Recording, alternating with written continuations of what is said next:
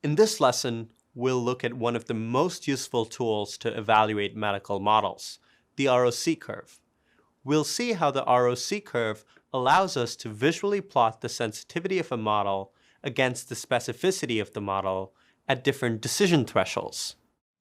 A chest X-ray classification model outputs a probability of disease given an X-ray. This output can be transformed into a diagnosis using a threshold or operating point.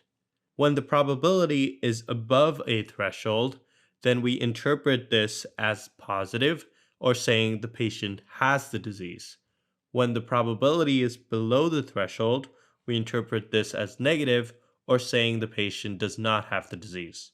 For example, if our score is zero point 0.7 and our threshold is zero point 0.5, then we would classify this example as positive, but if our score was zero point 0.2 and our threshold was zero point 0.5, we would classify this example as negative. Our choice of threshold affects the metrics we have looked at thus far. For example, if we had a threshold t of 0, then we would classify everything as positive, and so our sensitivity would be 1, while our specificity would be 0. Similarly, if we had chosen a threshold of 1, we would classify everything as negative, so our specificity would be 1, while our sensitivity would be 0.